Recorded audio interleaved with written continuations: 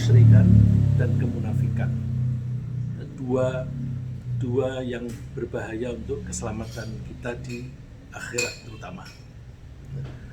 Oleh karena itu kita berharap kita bisa membersihkan hati kita dari kemusyrikan dan kemunafikan.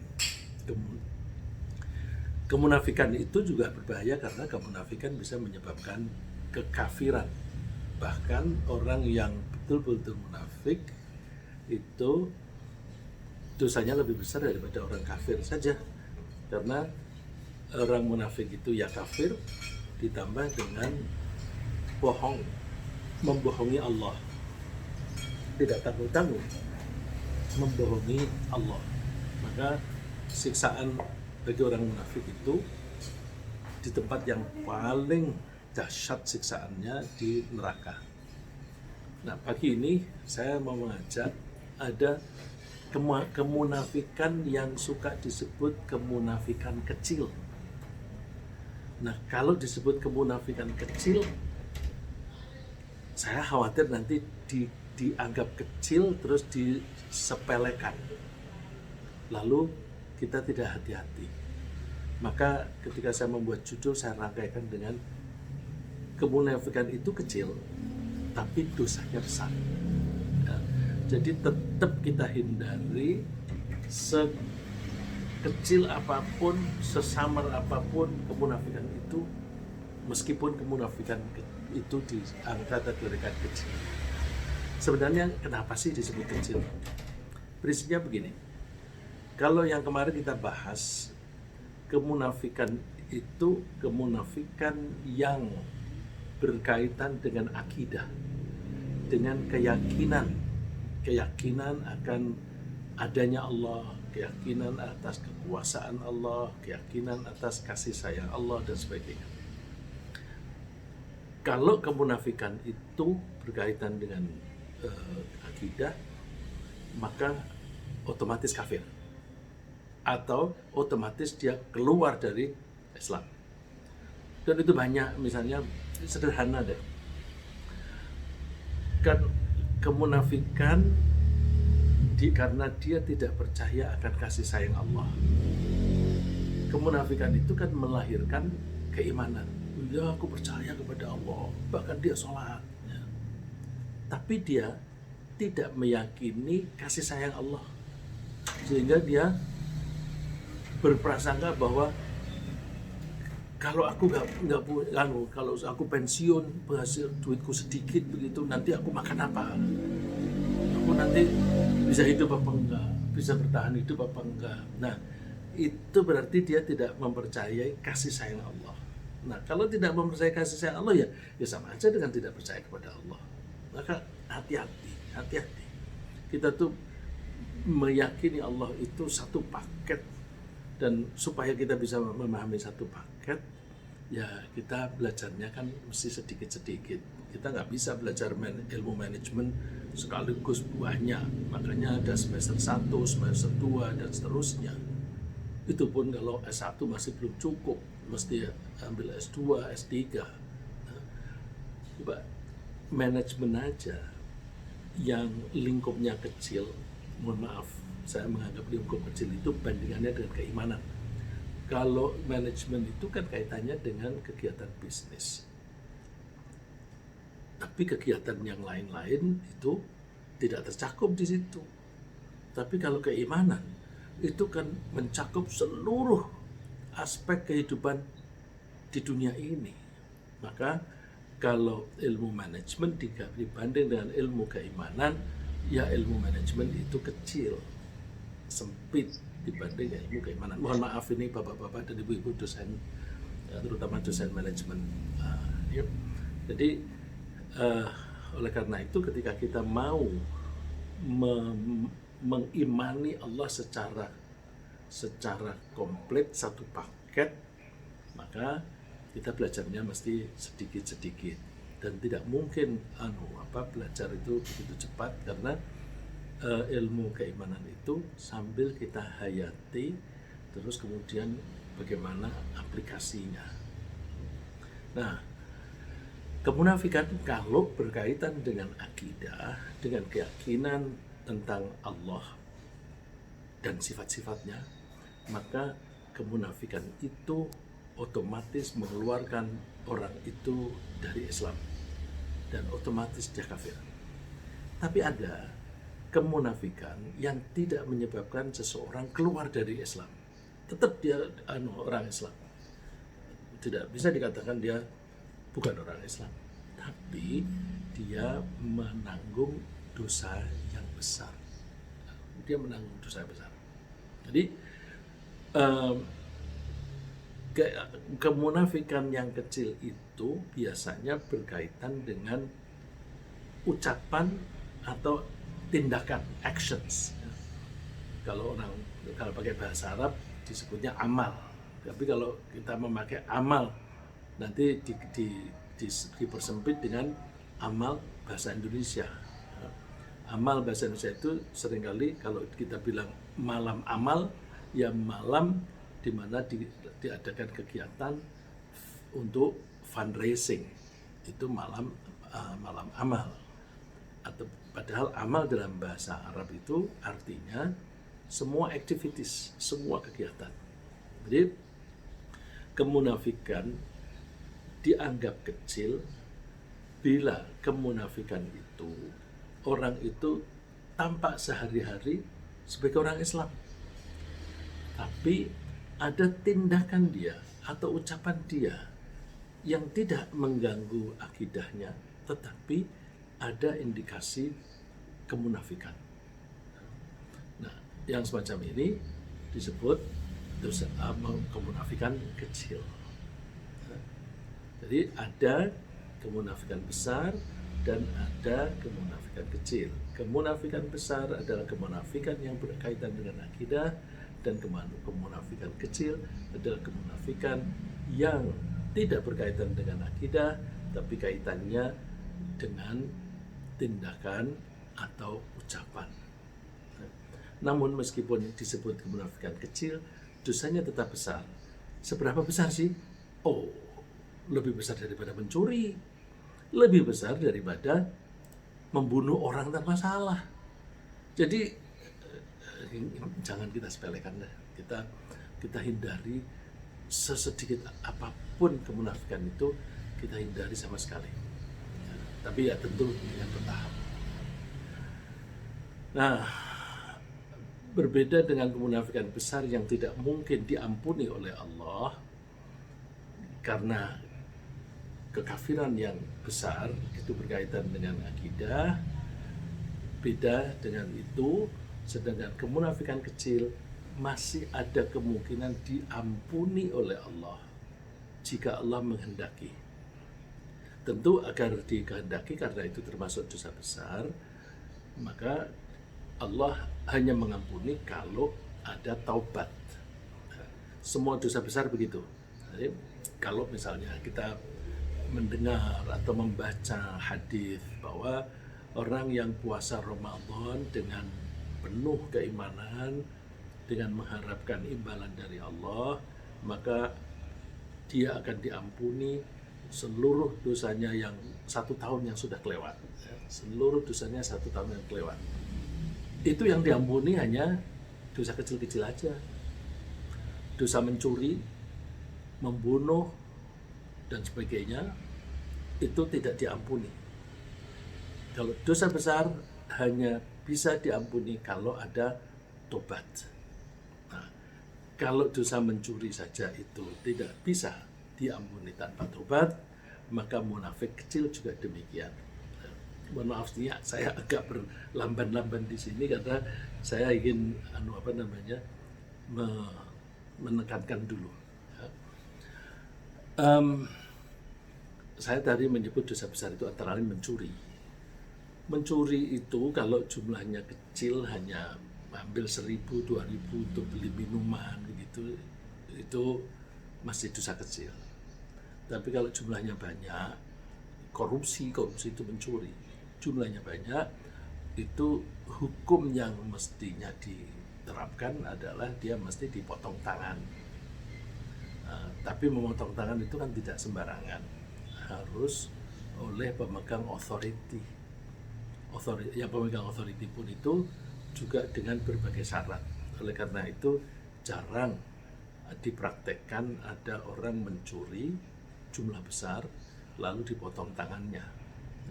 Jadi seolah-olah itu hanya aturan saja, tapi kita tidak boleh menganggap seolah-olah hanya aturan. Karena kita merasa bahwa wah, ini sebenarnya tanganku ini sudah tangan yang harusnya hilang ini gitu.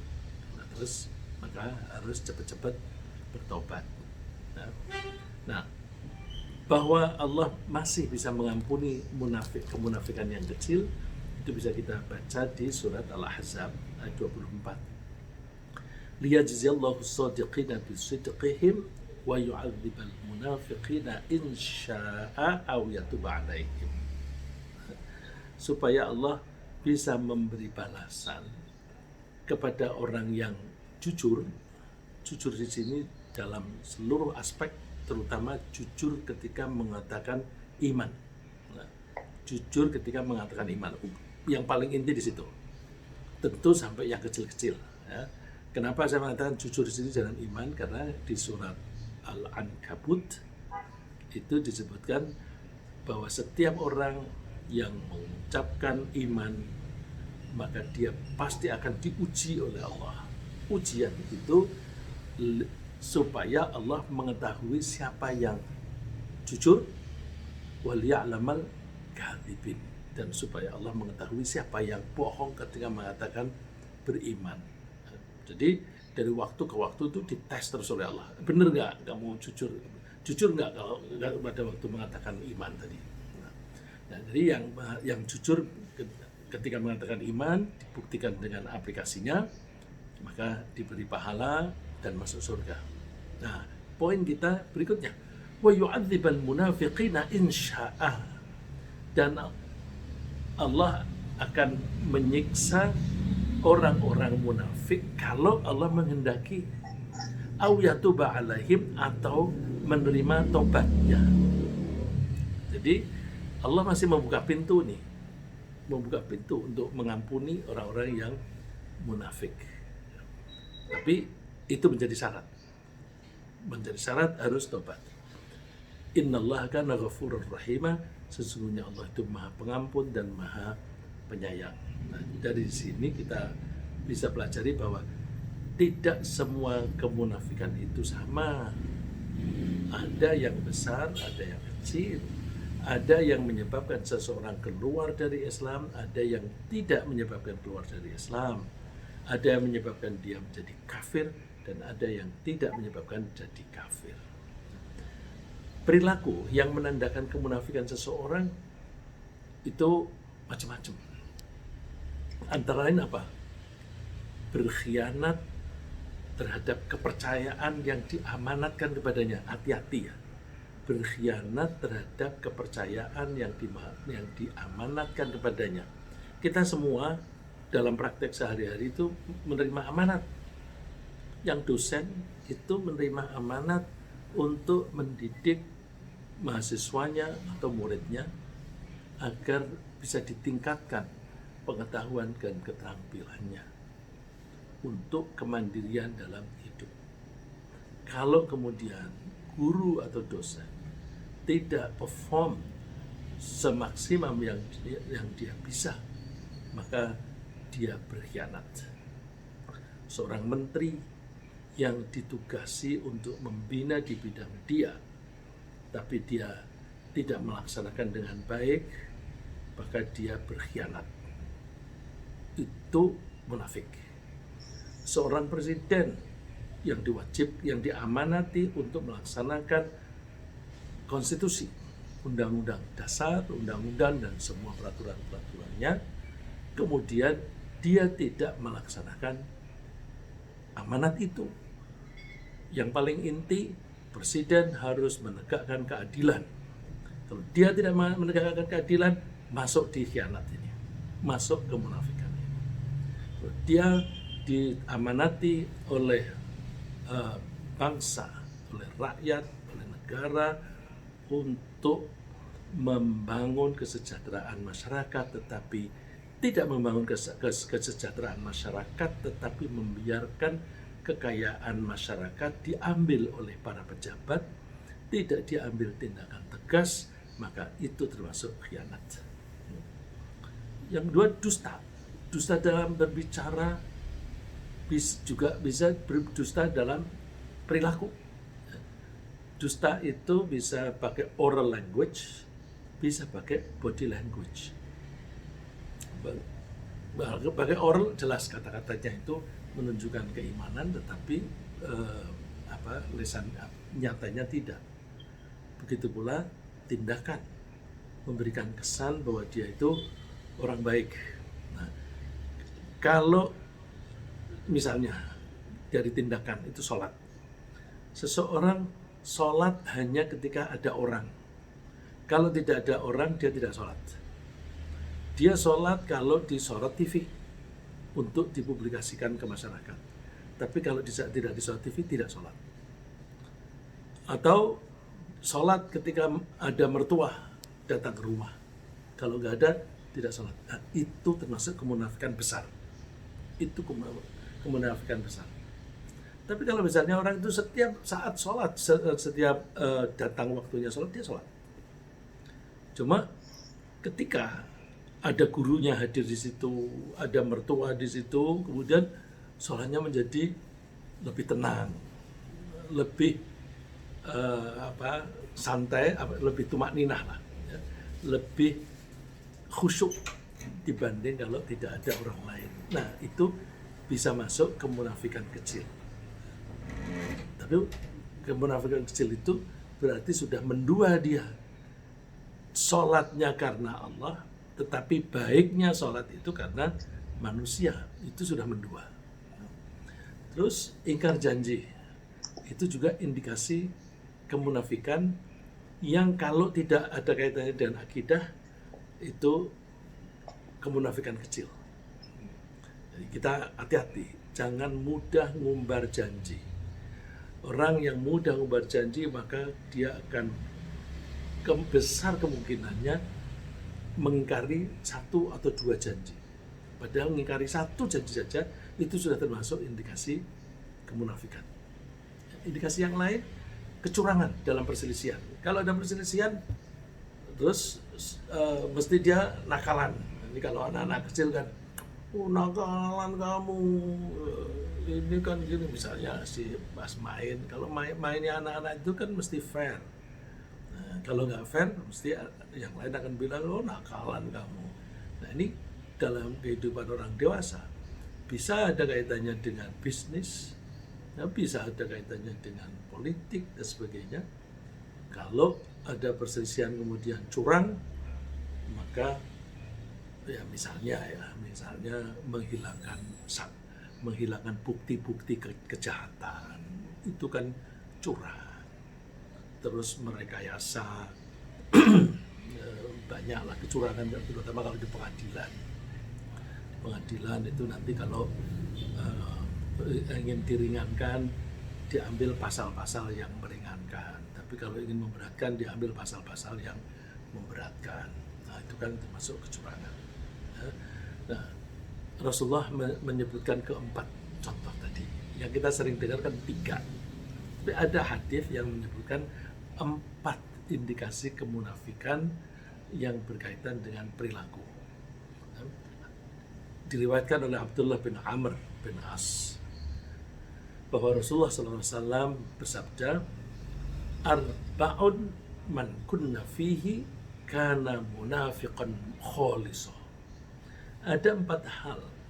Kalau 4 hal ini berkumpul di satu orang, maka dia murni betul-betul munafik. Udah, itu munafik besar. Wa man kanat fihi khoslatun minhunna kanat fihi khoslatun minan nifaqi hatta yada'aha. Dan siapa yang terindikasi salah satu dari 4 tadi, maka dia mengandung sedikit atau bagian dari kemunafikan sampai dia mau meninggalkan. Kalau dia mau meninggalkan berarti kemunafikannya hilang. Apa itu? Idza tumina khana. Ketika diberi amanat, dia mencederai, tidak melaksanakan dengan baik. Bukan hanya tidak melaksanakan, tidak hanya dengan melaksanakan. Kalau tidak melaksanakan kan 100% tidak dijalani. Ini tidak melaksanakan dengan baik. Nah, misalnya dipercayai untuk membangun jembatan. Nah, kemudian kualitasnya dikurangi, itu berarti berkhianat. Ditugasi untuk, biasanya kalau misalnya ada perjanjian bisnis gitu, atau penugasan research atau apa dan sebagainya lah, yang jasa itu kan ada kewajibannya 1, 2, 3, 4, 5 misalnya. Kemudian ternyata ada satu yang tidak dilaksanakan, itu sudah termasuk berkhianat. Berkhianat sebagian. Wa idza haddatsa kadzdzaba, ketika dia bercakap-cakap dia bohong. Untuk menengarai orang bohong itu banyak ya. Banyak orang yang bohong itu bisa ketahuan. Misalnya orang yang bohong itu cenderung tidak berani menatap muka. Orang yang bohong itu, tapi tentu itu suka-suka ada yang pintar merekayasa, pintar ngakali supaya tidak kelihatan. Hanya bisa ketahuan kalau ada lie detector. Itu pun orang bisa melatih diri supaya tidak bisa dibaca oleh lie detector. Tapi kalau wajar-wajar saja, itu mudah sekali ketahuan.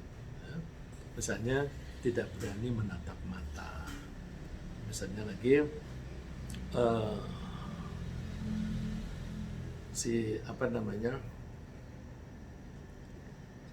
deg-degannya, kalau ngomong kemudian dia deg-degan itu, tapi deg-degan itu kan tidak mudah dibaca oleh orang lain. Nah, tapi adalah cara-cara untuk menengarai seseorang itu bohong. Yang ketiga, wa idza ahada ghadara. Ketika dia berjanji, dia tidak menepatinya.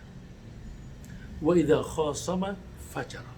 Dan ketika ada perselisihan, berargumentasi, bertengkar, dia berbuat curang. Yang sering kita dengar itu 3 yang pertama, 1 yang terakhir ini jarang kita dengar. Nah, ini ada hadis yang sahih diriwayatkan oleh Bukhari dan Muslim, mencantumkan yang keempat. Nah, salah satu kemunafikan seseorang yang disebutkan Rasulullah adalah khianat tadi ya. Khianat terhadap kepercayaan yang diamanatkan kepadanya. Allah tidak menyukai siapapun yang berkhianat, karena khianat bertentangan dengan tatanan kehidupan yang baik. Pasti deh merusak tatanan hidup yang baik. Khianat misalnya bisa menyebabkan tercerai-berainya kehidupan masyarakat. Karena ya kalau levelnya dia tinggi, tanggung jawabnya besar, itu akan pengaruhnya besar sekali. Misalnya ada seorang presiden atau raja, dia berkhianat, udah hancur itu. Nah, kalau dia di level kepala keluarga berkhianat, ya yang hancur di masyarakat, di keluarganya dan sebagainya. Jadi skupnya itu besar kecilnya itu sesuai dengan skupnya, dan juga impactnya dilihat besar apa kecil. Nah, khianat bisa menyebabkan bercerai-berainya kehidupan masyarakat, dan khianat juga bisa mengakibatkan adanya korban penipuan atau kebohongan, yang berarti ada anggota masyarakat yang dirampas haknya. Karena seharusnya, misalnya tadi kalau saya bilang ada kontrak bisnis atau kontrak jasa 5 poin, kemudian yang dikerjakan hanya 4. Yang membayar itu seharusnya mempunyai hak menerima 5, tapi dia hanya menerima 4, berarti ada hak yang dirampas. Misalnya, jika seseorang mengkhianati kepercayaan masyarakat untuk memimpin mereka dengan adil dan meningkatkan kesejahteraan mereka, maka akan ada anggota masyarakat yang merasa diperlakukan secara tidak adil, dan mereka akan mengalami pemiskinan secara struktural. pemiskinan ya. Jadi pemiskinan secara struktural, karena kalau yang diserai ini diberi otoritas untuk membawai suatu masyarakat, kemudian dia selewengkan atau dia tidak memenuhi itu, maka sistem yang dia terapkan itu bisa menyebabkan orang-orang menjadi miskin dikarenakan struktur ekonominya. Struktur ekonomi bisa menyebabkan kemiskinan secara struktural. Saya pernah menyebutkan kemiskinan itu bisa karena sebab-sebab struktural, yaitu susunan atau kebijakan ekonomi, bisa kemiskinan karena budaya, misalnya budaya setempat itu yang menyebabkan orang-orang pada malas kerja misalnya. Bisa juga natural, ya, natural. Nah, kalau kemiskinan karena natural itu kita nggak bisa apa-apa, kita harus menolong orang itu. Misalnya orang ditakdirkan lumpuh, orang ditakdirkan lahir idiot, itu memang secara natural dia menjadi miskin. Allah tidak suka orang yang berkhianat, siapapun. Innallaha yudafi'u 'anil ladzina amanu, innallaha la yuhibbu kulla khawanin kafur. Allah membela orang-orang yang beriman. Allah tidak suka kepada orang yang berkhianat dan mengingkari kenikmatan. Saya itu tadi ketika mau mencantumkan ayat ini, saya potong enggak. Ini kan yang paling relevan kan yang di bagian kedua. Allah tidak menyukai orang-orang yang berkhianat dan mengingkari nikmat. Apakah kalau dipotong nanti di depannya nggak ada? Enggak, kita cantumkan lengkap. Nah, kaitannya apa? Orang-orang yang beriman itu akan dijaga oleh Allah dari sisi buruknya pengkhianatan orang. Ya, misalnya dengan kompensasi, dia dikhianati di bidang satu bidang, kemudian Allah memberi dia fasilitas di bidang lain yang bisa mengkompensasi atau menutupi kerugian di situ. Misalnya orang yang dikhianati, karena dia dikhianati menjadi korban, dia menjadi populer. Karena dia menjadi populer, dia bisa menjadi presiden, dia bisa menjadi gubernur dan sebagainya. Nah itu kan kompensasi. Nah, Allah itu akan membela orang-orang yang beriman meskipun dia dikhianati oleh orang. Nah, Allah tidak suka kepada orang-orang yang berkhianat. Kalau Allah tidak suka, alam raya ini dibuat oleh Allah, maka semua sistem di alam raya akan menentang pengkhianatan seseorang. Nah, itu yang kurang kita sadari, bahwa kalau Allah tidak suka, misalnya tidak suka kepada orang yang kafur di sini tidak berterima kasih, maka dianggap mengingkari nikmat.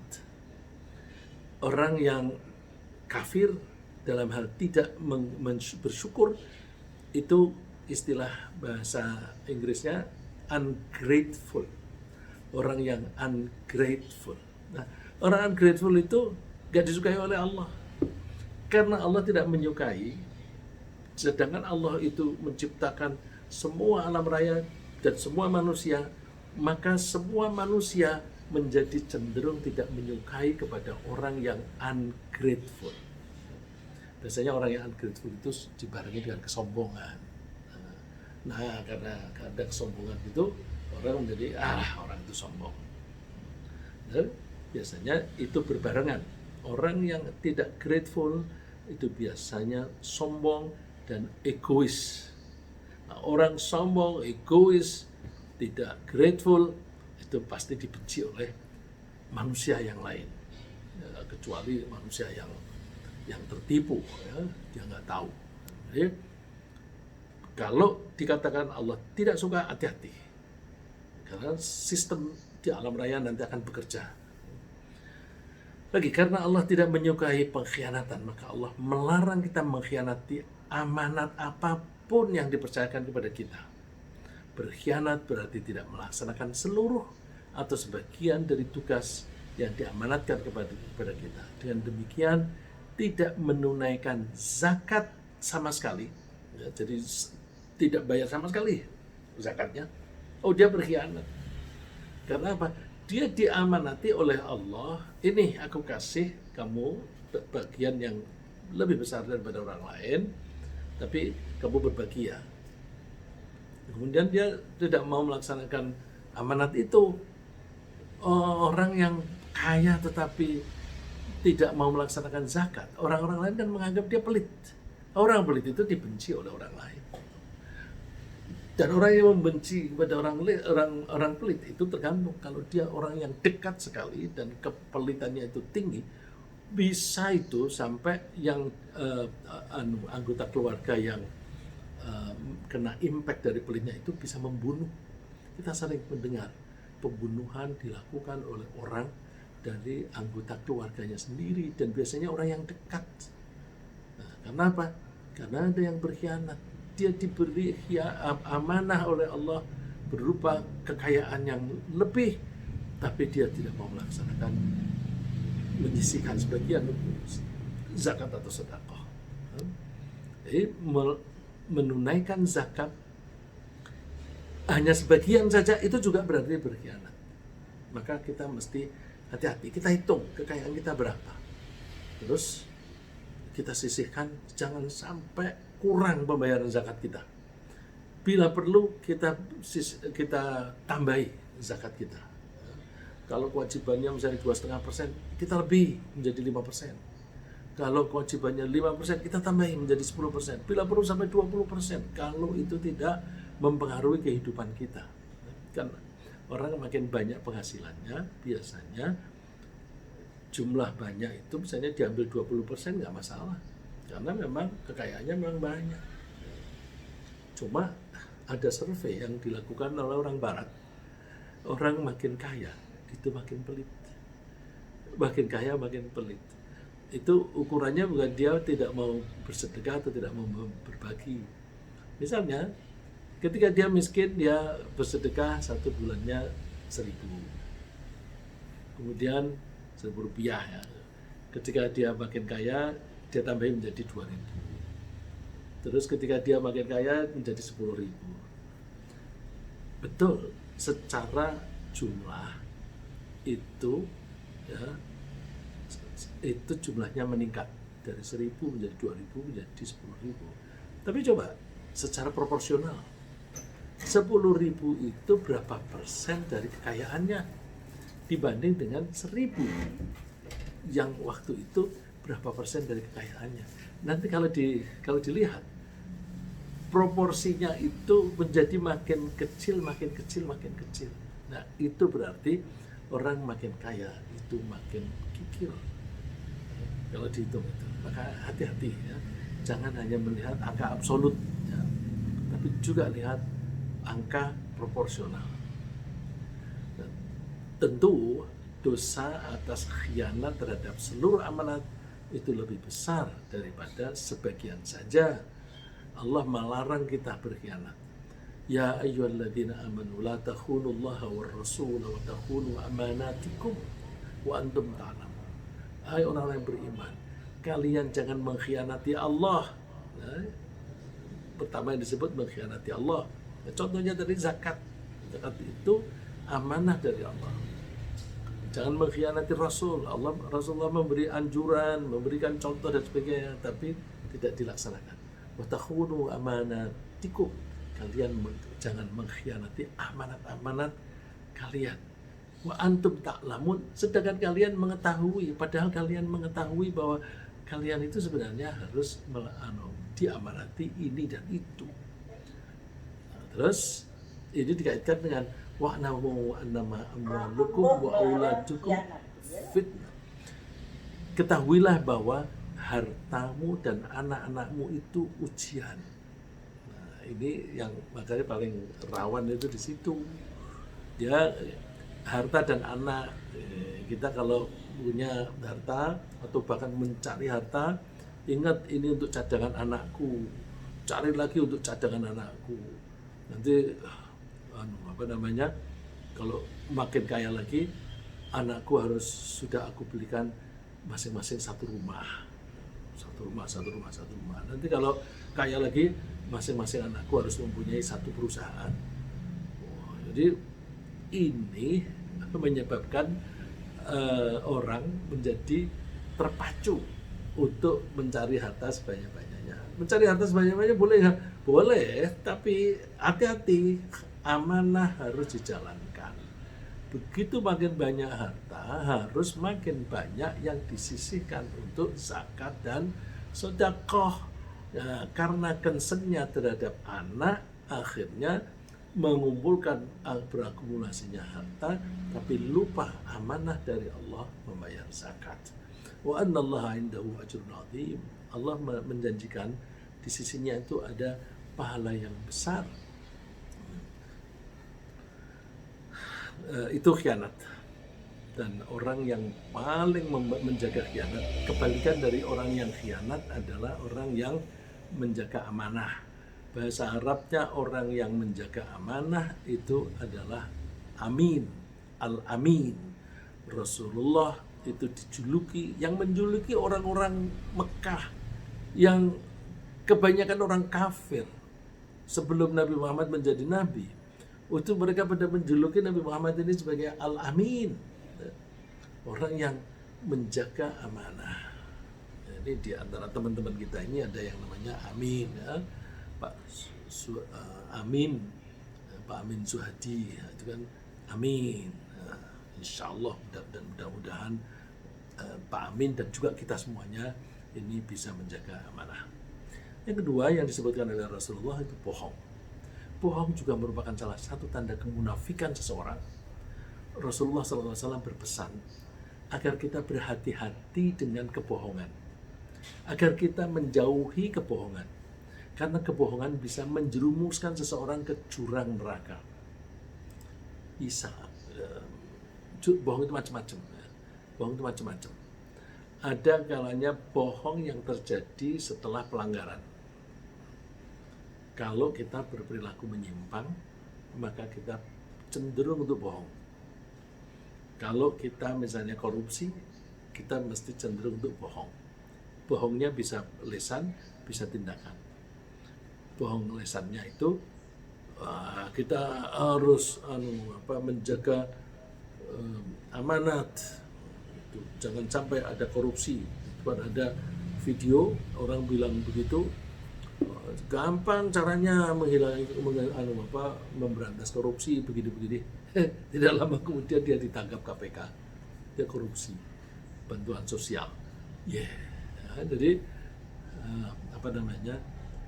itu kan kebohongan untuk menutupi kecurangan yang sudah dilakukan. Tapi bisa juga kebohongan itu nanti beruntun ke dosa berikutnya. Karena kalau dia sudah bohong, kan dia berusaha untuk menutupi kebohongannya tadi. Terus dia harus melakukan tindakan-tindakan yang konsisten dengan kebohongannya tadi. Lalu kebohongan tadi menyebabkan dia melakukan dosa-dosa berikutnya. Nah, itu berarti kebohongan itu membawa resiko siksaan di akhirat. Di dunia pun pembohong akan mengalami kesulitan dalam hidup. Kebohongan seseorang meskipun hanya sekali itu akan menyebabkan hilangnya kepercayaan orang lain kepadanya. Mungkin dia berbisnis, berdagang, bohong sekali, tapi setelah itu orang-orang pada tidak mau beli dari dia. Terus kenapa sih kamu nggak mau beli? Habis dia bohong. Terus, kan dulu, sekarang dia nggak lagi. Enggak aku sudah pernah kena kok. Itu akan mempersulit kehidupan dia. Jika orang-orang lain tidak lagi percaya kepadanya, dia akan mengalami kesulitan dalam berbisnis dan dijauhi orang lain dalam pergaulan. Ini penting loh ya. Kalau kita dijauhi orang lain dalam pergaulan, nanti kalau kita suatu saat itu menghadapi kesulitan, nggak ada orang di sekitar kita. Hidup kita menjadi kesepian. Ya, kalau kita lihat kalau ada orang kok di hari tuanya kesepian, coba cek dulu di waktu mudanya bagaimana. Jadi kebohongan itu bisa mengakibatkan kesesaran orang. Ada cerita seorang yang mengasuh panti asuhan untuk orang jumbo. Dia bilang, ini rumah panti asuhan saya ini, dia menyebut angka, ada 28 orang atau berapa, ya. Saya lupa angka persisnya. Semuanya dulu pernah, ya, itu semuanya laki-laki, ya. Semua mereka itu dulu pernah mempunyai masalah dengan istri. Nah, kalau suami punya masalah dengan istri sampai cerai dan sebagainya, itu kan seringkali dikarenakan kebohongan. Kebohongan apa itu? Dia mencintai orang lain, kemudian timbul konflik dia dengan istri yang pertama tadi. Jadi dia bilang, dia wanti-wanti itu, semua masing-masing pernah mengalami atau pernah mempunyai masalah dengan istrinya. Karena itu di hari tuanya dia menjadi kesepian.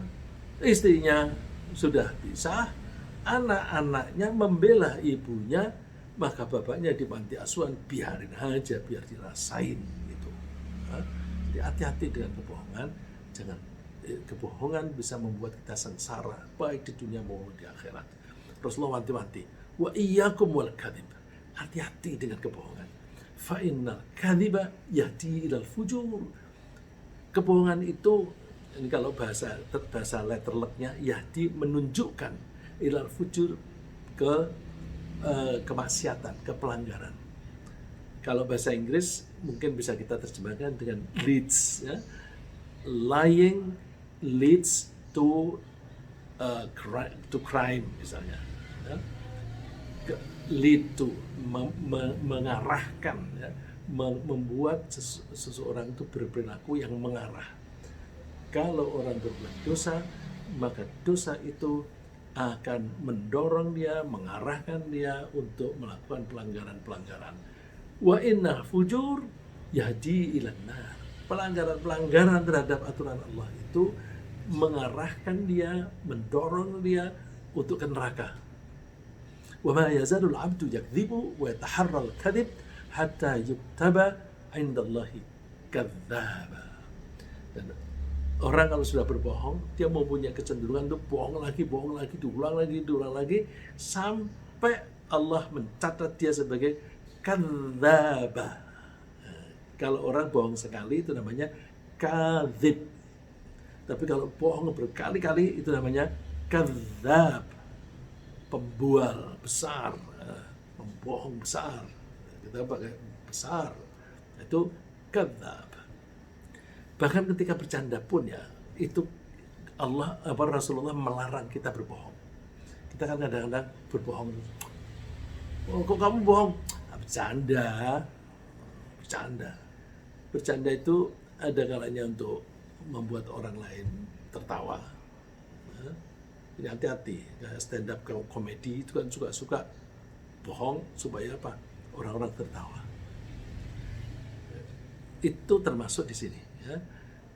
Kita dilarang berbohong, termasuk mengutarakan cerita bohong dalam rangka menghibur atau membuat orang tertawa. Setidaknya ketika kita bercerita, orang lain sebagai akibatnya ketika kita bercerita, orang lain jadi ragu-ragu apakah dia ini sedang menyampaikan cerita yang benar-benar terjadi atau berbohong. Ya, maka kita hati-hati. Misalnya seorang ustadz, dia di satu forum dia menjadi ustadz di masjid, tapi di forum lain dia menjadi komedian, Terus ketika dia berceramah agama, orang kan ragu-ragu, ini dia ngomong serius atau dia sedang bercanda. Nah, ada pernah, ya, saya datang di suatu masjid, komedian itu sekarang masih apa enggak itu, belakangan menjadi anggota DPR, ya, karena demokrasi kita begitu kan, demokrasi popularitas gitu. Jadi, waktu itu belum jadi anggota DPR, Dia diundang di masjid untuk ceramah. Wah, ceramahnya tuh banyak kebohongan. Bahkan dia itu mempermainkan Al-Quran. Gitu. Mempermainkan Al-Quran, misalnya pas lagi sholat ada kucing. Oh, terus bagaimana cara mengusir kucing itu? Dia membaca yang ada es-esnya. Qul a'udzu birabbin nas. Itu digede-gede, dibesar-besarin, dikeras-kerasin biar kucingnya pergi. Itu kan bercanda. Jadi terus saya membisiki pengurus masjid, Al-Quran dipakai bercanda itu bisa membuat orang murtad loh, bisa membuat orang menjadi kafir, karena dia menghina firman Allah. Yang firman Allah itu harus kita muliakan, tapi dipakai menjadi candaan. Habis itu begitu dia turun, pengurusnya berdiri, ambil mic, bilang, ini keterlaluan. Kalau bercanda dengan Al-Quran itu bisa menyebabkan kekafiran. Sampai di situ, ya mudah-mudahan orang itu tidak lagi mengulangi itu. Ya. Tapi poin saya adalah bahwa hati-hati dalam bercanda, jangan bohong, jangan menghinakan yang dimuliakan. Ya, Rasulullah mengatakan, wailul lilladzi yuhadditsu bil hadithi liyudhhika bihi qauma fayakdzibu wailun lahu wa wailun lah. Celakalah orang yang menceritakan suatu cerita untuk membuat orang-orang tertawa, lalu dia berbohong. Celaka dia dan celaka dia. Coba kata celaka diulang 3 kali. Hati-hati. Jadi kalau makanya sih di Al-Quran itu kan kalau orang yang suka seni bercerita itu kan macam-macam ya. Bisa bercerita itu bisa dengan puisi, bercerita bisa dengan nyanyian, bercerita bisa dengan dongeng. Nah, di Al-Quran itu ada surat yang namanya Asy-Syu'ara. Syu'ara itu artinya para penyair. Para penyair itu menurut Allah tidak baik. Tapi ada kecuali. Kecuali yang beriman kepada Allah, beramal soleh, dan dia selalu ingat kepada Allah. Nah, kalau melihat seperti itu, penyair kita kira-kira yang masuk perkecualian siapa? Dugaan saya yang masuk di situ adalah Pak Taufik Ismail. Taufik Ismail. Dia kalau berpuisi kan cerita tentang kejadian yang real, kejadian real yang dia ceritakan. Jadi kalau kita baca puisi-puisiannya itu bisa sambil melihat sejarah apa yang terjadi pada saat itu, karena dia kecenderungannya cerita-cerita real. Nah, hati-hati, kita jangan hanya ingin memproduksi karya seni, tetapi kita melakukan dosa. Nah, yang paling gampang adalah bohong. Allah sendiri berfirman bahwa orang yang menyatakan sesuatu tidak sesuai dengan apa yang ia lakukan akan menanggung dosa besar. Ini ayat ini populer. Ya ayyuhalladzina amanu lima taquluna ma la taf'alun. Hai orang-orang beriman, kenapa kamu mengatakan sesuatu yang kalian tidak lakukan? Mengatakan sesuatu yang tidak dilakukan itu kan bohong. Kabura maqtan 'indallahi an taqulu ma la taf'alun. Dosa besar menurut Allah kalau kamu mengatakan sesuatu yang kalian tidak lakukan. Ya. Indikasi lain kemunafikan kecil yaitu ingkar janji. Ingkar janji itu juga akan merusak tatanan hidup dalam masyarakat, di samping menyebabkan orang yang mengingkari janji akan menanggung dosa besar. Sebenarnya ketika seseorang membuat janji dengan orang lain, dia telah melibatkan Allah dalam perjanjian itu. Bagaimana tidak melibatkan? Karena janji itu biasanya disiapkan, disampaikan. Seolah janji itu biasanya disampaikan oleh seseorang kepada orang lain yang semula ragu-ragu akan kejujurannya. Anggaplah misalnya si A membuat perjanjian dengan si B. Si A meminta pinjaman hutang kepada si B. Si B enggan memenuhi permintaannya itu karena ragu-ragu. Nanti dibayar enggak? Orang ini jujur enggak? Nah, terus dia berjanji, aku pinjam deh 1 juta. Aku bayar sekarang hari Rabu ya. Rabu depan kita akan ketemu lagi. Aku bayar. Nah, karena dia janji, maka Allah berpartisipasi. peran Allah adalah meyakinkan kepada si B bahwa si A akan menepati janji. Jadi seolah-olah dia menerima bisikan, pinjam aja deh, kan dia janji mau bayar, pinjam aja deh. Nah, itu peran Allah, meyakinkan kepada si B supaya mau meminjami kepada si A. Itu berarti ketika si A membuat janji dengan si B, Allah berpartisipasi dan Allah berarti ikut berjanji. Karena itu kalau si A mengingkari janji dengan si B, otomatis dia juga mengingkari janjinya dengan Allah. Ya, otomatis mengingkari janji dengan Allah. Itulah sebabnya ketika Allah memerintahkan kita menepati janji, itu yang disebut janjinya dengan Allah dulu. Coba kita perhatikan surat 16 ayat 91. Wa aufu bi ahdillah, penuhilah janjimu dengan Allah. Ya. Penuhilah janjimu dengan Allah. Idza ahadtum, ketika kamu membuat janji dengan orang lain. Jadi janjinya A kepada si B, 2 orang. Tapi Allah perintahkan penuhi janjimu dengan Allah. Allah ya pihak yang ketiga. Tapi Allah lebih berhak untuk dipenuhi janjinya. Wa la tanqudul aimana ba'da tawkidiha. Kamu jangan merusak sumpah, apalagi kalau janjinya itu disertai dengan sumpah.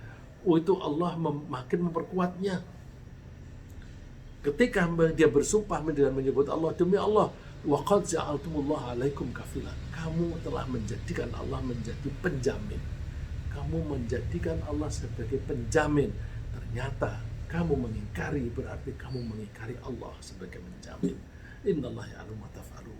Allah mengetahui apa yang kalian lakukan. Ya? Karena Allah serius dalam menjamin perjanjian, maka masing-masing pihak yang terlibat harus juga serius dalam memenuhi janjinya.